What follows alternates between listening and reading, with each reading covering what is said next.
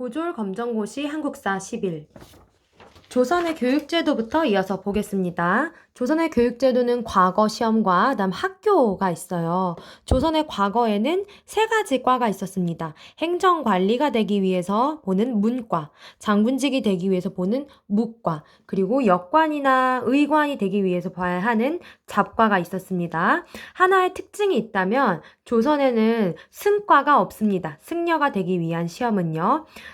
비교해보자면 고려시대에는 승과가 있습니다.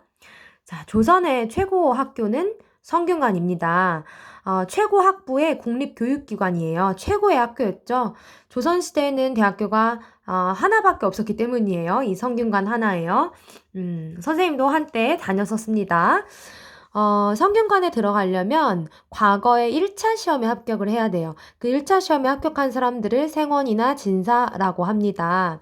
이게 대학교육기관이라면 중고등에 해당하는 중등교육기관이 한교입니다.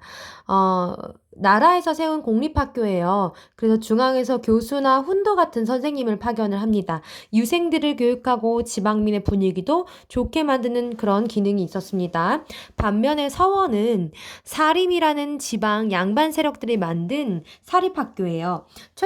우리나라의 최초의 서원은 주세붕이라는 사람이 만든 백운동 서원입니다. 나중에 이름이 소수서원으로 바뀌어요. 존경할 만한 그런 유학자들을 선현이라고 이야기를 하는데 선현을 닮고자 하는 모델로 삼기 위해서 날마다 제사를 드리고 유생들을 교육하는 그런 역할을 했습니다. 이제 조선시대의 주요 사건으로 내려갈게요. 네, 사건입니다. 조선 중기에 이르면 사화라는 것이 4번 터지게 되는데요. 지방에서 성장한 사림 세력이 중앙에 오래된 공신 세력이었던 훈구에 의해서 화를 당한 사건이에요.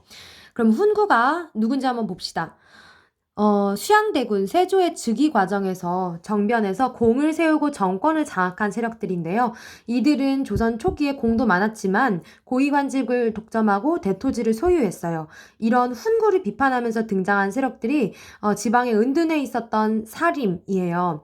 중소지주적 경제 기반, 그렇게 땅이 크지 않았고요. 성리하게 투철했죠. 그래서 훈구를 비판을 하죠. 너네 왜 그렇게 땅이 넓어? 왜 백성들을 수탈해? 그렇게 하면서 그래서 훈구와는 다르게 향촌에서 양반과 백성들이 어울리는 향촌 자치와 왕이 도덕적으로 먼저 깨끗해야 됨을 강조하는 왕도 정치를 강조를 하는 겁니다.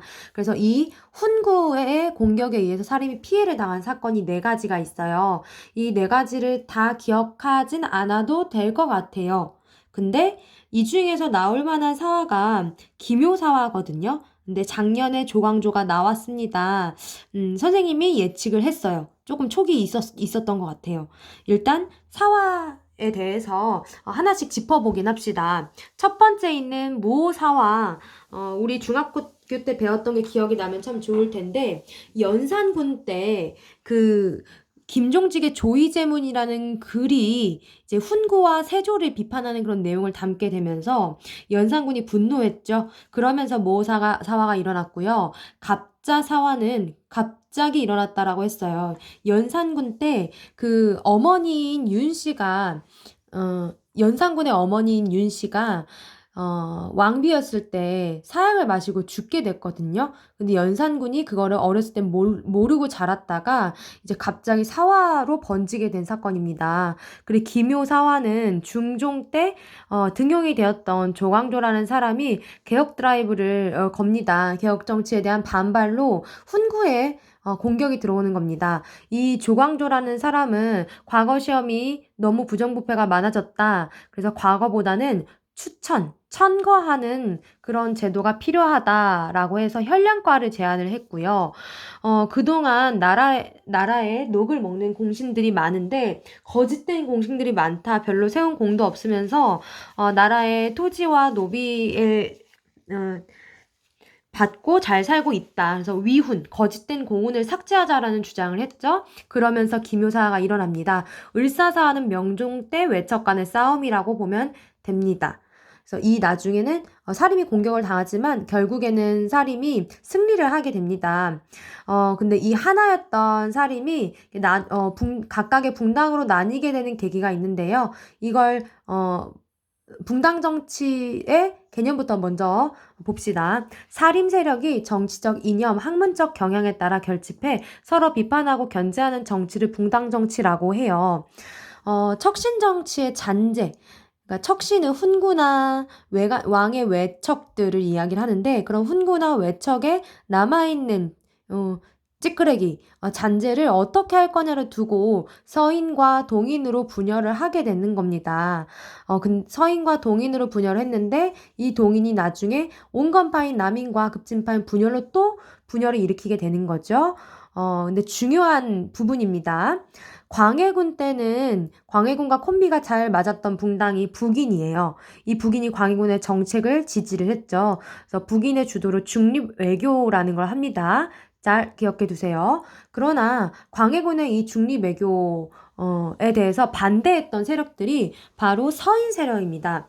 그래서 이 서인 세력이 광해군을 쿠데타로 내쫓고 인조를 세운 사건이 인조 반정인데요.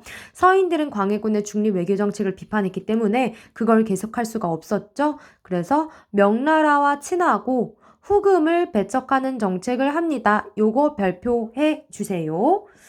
3번 임진왜란이 조선 중기에 있었던 가장 큰 사건이에요. 아마 근데 임진왜란이 나온다면 여러분들이 문제를 다 잘 맞출 수 있을 거라고 생각해요. 이순신이 나온다든지 아니면 홍해장군 곽재우가 나오던지 도요토미 히데요시가 침공했다든지 한산도 대첩이라든지 이런 내용들이 나올 텐데 임진왜란의 결과를 선생님이 좀 중요하게 얘기를 해 볼게요. 우리나라가 전쟁터가 됐기 때문에 그 토지대장이 다 불에 탔어요. 그리고 임진왜란에 참전해서 우리를 도와준 명나라는 쇠퇴하지만 그 틈을 타서 후금이 세력을 성장시킵니다. 일본에서는 도요토미 히데요시가 죽고 에도막부라는 게 성립을 해요. 새로운 정권이 들어섰죠. 그리고 전쟁 중에 일본이 우리나라의 기술자들이나 이런 것들을 문화재들을 엄청 많이 데려갑니다. 그래서 도자기를 만드는 기술자라든지 아니면 성리학자라든지 이런 사람들을 많이 데려가면서 일본의 문화가 발전해요. 자, 임진왜란 후의 변화도 상당히 많습니다. 꼭 별표를 치고 이 부분을 잘 기억해 두세요. 임진왜란 후에 원래는 없었는데 새로 생겨난 기구가 비변사예요. 변방을 방비하는 기구인데요. 처음에는 임시로 생겼으나 임진왜란을 거치면서 이게 계속 상설기구가 되는 거예요. 그래서 기능이 확대되면서 모든 정보를 총괄하죠. 나중에 시간이 아주 오래 지나서 흥선대원군 때 이걸 없애게 됩니다. 그리고 임진왜란 중간에 일본은 조총이 있었으나 우리는 조총이 없었거든요. 그래서 이 조총을 포함시킨 부대가 만들어지는데요. 그걸 훈련도감이라고 합니다. 중요합니다. 훈련도감은 상비군으로 구성이 되어 있었어요. 상비군은 농사 짓다가 1년에 며칠 훈련받고 이런 게 아니라 항상 군인인 거예요. 항상 준비되어 있는 군인. 직업 군인이죠. 급료를 받는. 그리고 세 가지 종류의 병사들로 구성이 되어 있었습니다. 삼수병, 포수, 조총, 사수, 화살, 살수, 창검을 쓰는 병사들의 이야기를 하죠. 임진왜란 중에 설치가 되어 있고요. 훈련도감을 포함해서 4개가 나중에 부대가 새롭게 더 생겨요. 그래서 5개니까 이제 조선 후기에는 5군형 체제가 완성이 됩니다. 또 소고군은 지방군을 뜻합니다. 조선 후기 군대 편제인데 양반부터 노비까지 다 포함해서 편성을 했다라고 해요. 임진왜란이 끝나고 나서 일본이 통신사, 사절단을 요청을 합니다. 통신사가 한번 가면은 몇백 명이 일본 에도까지 가게 되는데요. 조선 후기에 걸쳐서 12차례 정도 일본에 갔어요. 우리나라의 문화가 조금 더 선진적이었기 때문에 한 번에 갈 때마다 일본의 많은 문화를 전달해주는 역할을 했었습니다. 개화기 때 가면 수신사라는 것이 나오는데 이것과 헷갈리지 말길 바랍니다.